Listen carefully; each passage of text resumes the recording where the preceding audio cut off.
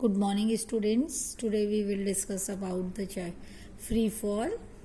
So, what is free fall? We will study it. Free fall. Let's perform an activity to understand the concept of free fall. Take a ball or a stone, throw it in vertically upward direction. What do you observe? You will observe that the ball goes to a certain height and then starts falling vertically downwards.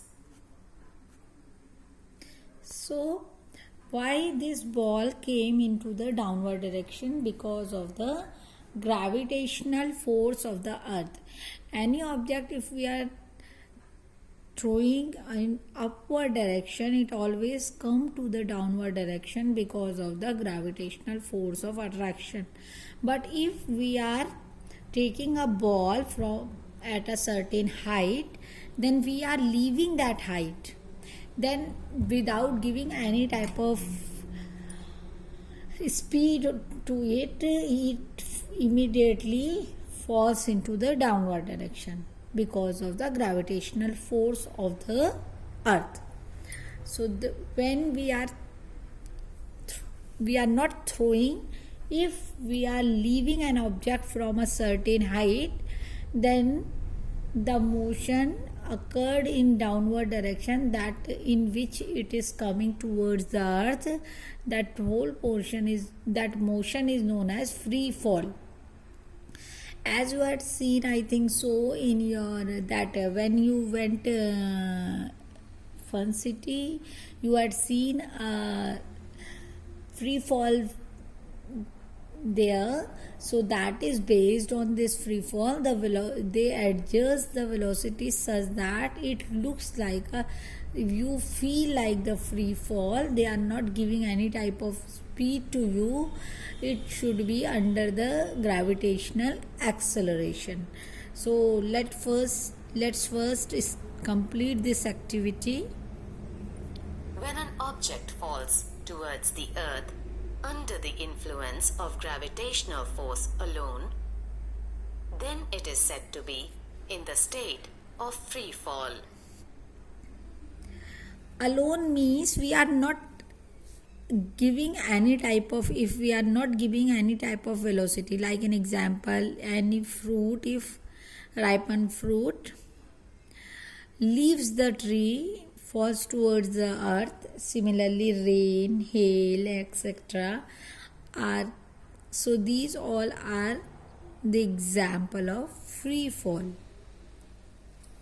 During free fall, the direction of motion of an object remains same. However, there is a change in the magnitude of velocity with time, which is known as acceleration. This acceleration is due to Earth's gravitational force. Hence, it is known as acceleration due to gravity. So, we have a magnitude keeps on changing of the velocity, and if there is the change in velocity, you always know that if there is the change in the velocity, then it is known as acceleration. So acceleration, which type of acceleration? Since we are talking about the gravitational force of the earth, so this acceleration is known as gravitational acceleration.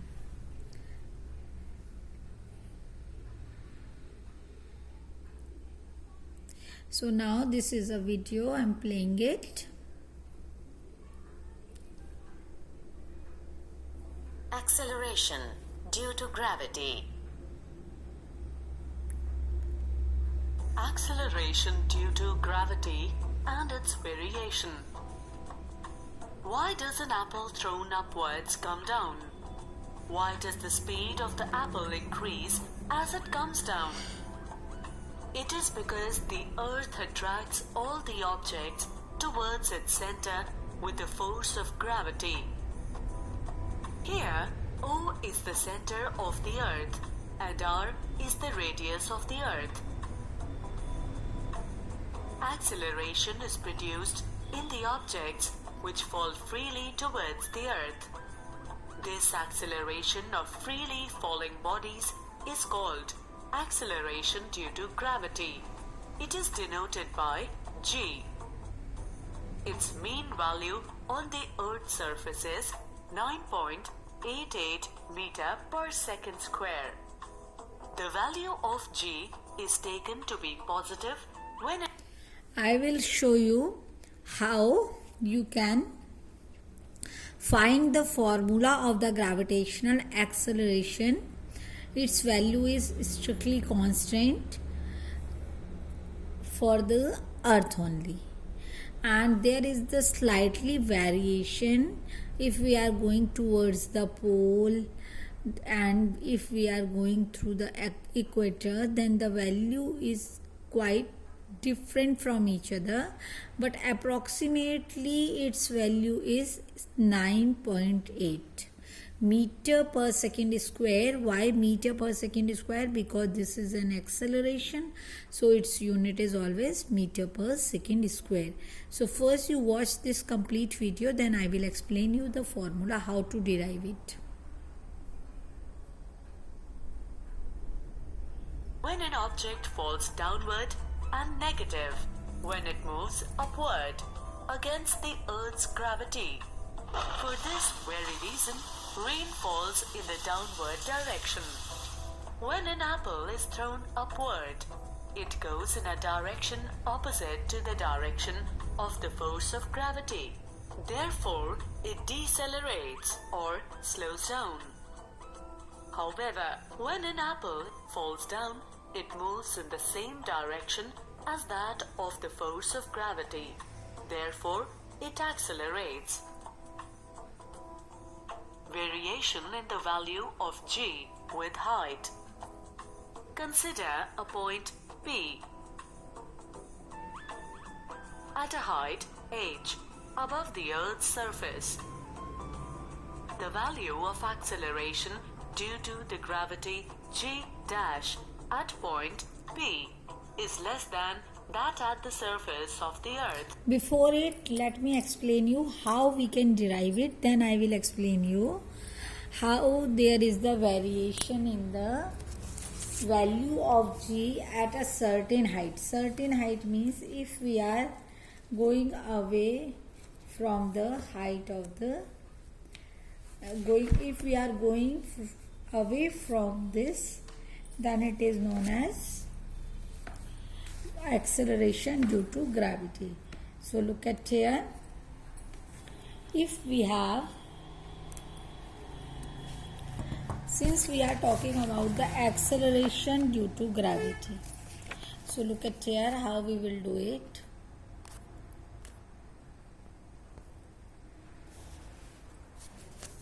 If we are talking that, we are talking about the force of attraction.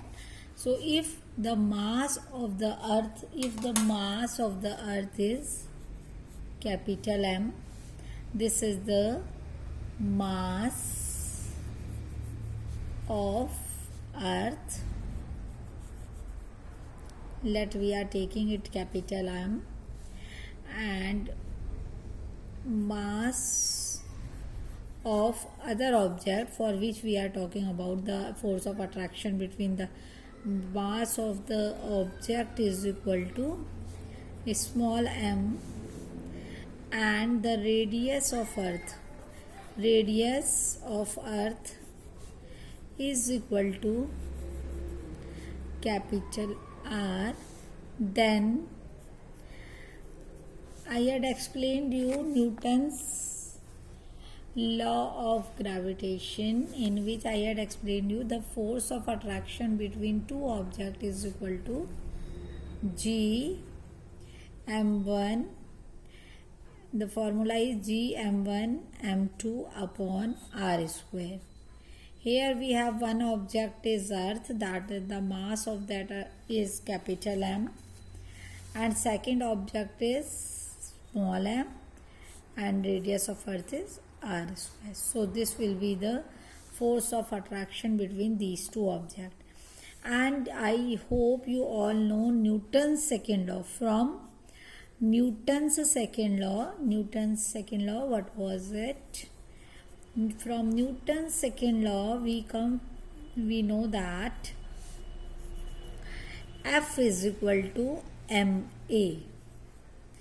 F is equal to ma. From this equation and this equation, from both these equations, we will equalize this value. So we have gm m r square is equal to ma. M can cancel out. And since here we are talking about the acceleration due to gravity, here we can write, if one object is earth, we are talking about the acceleration due to gravity, so we can take a g. So g is equal to gm upon r square. Here we are talking about the acceleration due to gravity, so formula came from here. So this is the formula. Now if we are going from the above, from the surface of the earth ke surface, this is the radius, and if we are going at the height of h from the earth surface, then here the radius will be, the distance will be here r plus s, g dash at the certain height from the earth ke surface, not on the surface of earth, but it is beyond the surface of earth, h height. Then the formula is r plus h whole square. So here look, in first case and in second case we have two different cases. When the object is on the surface of earth, then the formula is this one, and when it is at the height of h, then formula is gm upon r plus h whole square.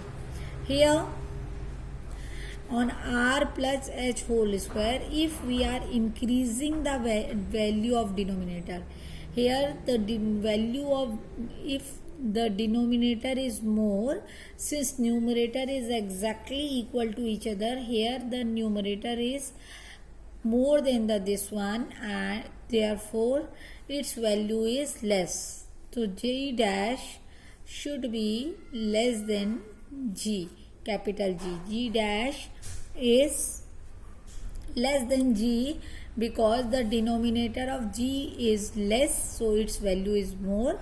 Here its value is more, therefore the denominator is greater here, therefore its value is lesser than the previous value of g.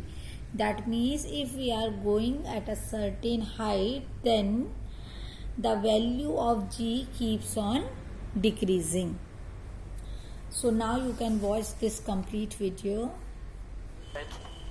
It is because the effective radius for this point becomes r plus h.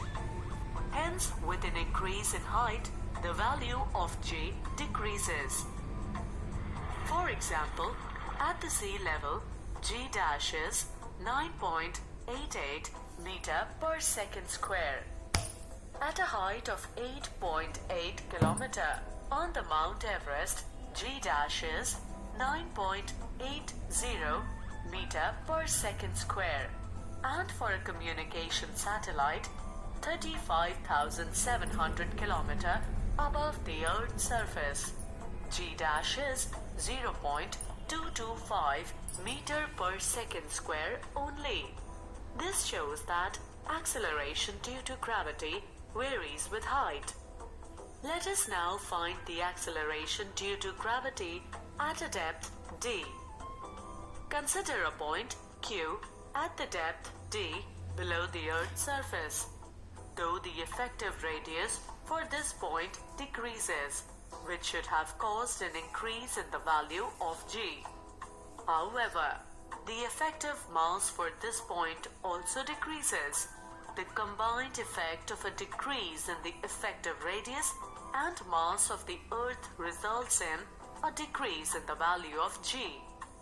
Therefore, at a depth of 2.5 km inside a coal mine, g dash is 9.87 meter per second square, while on the seabed 11 km below, G dash decreases to 9.86 meter per second square.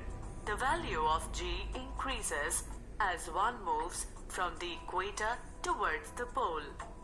This is because the Earth is not a perfect sphere. It is flattened at the poles. The equator. If so, here that means the value of G is never when we are going to above from the surface of the earth, then also the value of G keeps on decreasing. And if we are going at the depth below, depth means inside the earth's surface, if we are like an example coal mine and all, then also the value of G keeps on decreasing. Now we have the value of G at poles and the equator. So what we had seen here, the earth is not completely, it's not completely around here. At the poles it is slightly flattened, and if it is slightly flattened, so obviously the radius at the equator is more than the radius at the pole. And if the radius is more, I had explained you that if it is in denominator, whenever we have more value, the value of G is less, and when we have the less value of distance, then its value is more. So therefore there is the difference in the values of G at the equator and pole. So look at here how. Equatorial radius is 21 km greater than the radius at the poles. Due to this difference in the radius, the value of G at the poles is greater than that at the equator. The rotational motion of the Earth also affects the value of G on the Earth's surface. Therefore, the value of G dash varies on moving from the equator to the poles. So that is the variation of the earth. So for today we will discuss till here. Next topics we will discuss in next class. So for till then, thank you and God bless all of you.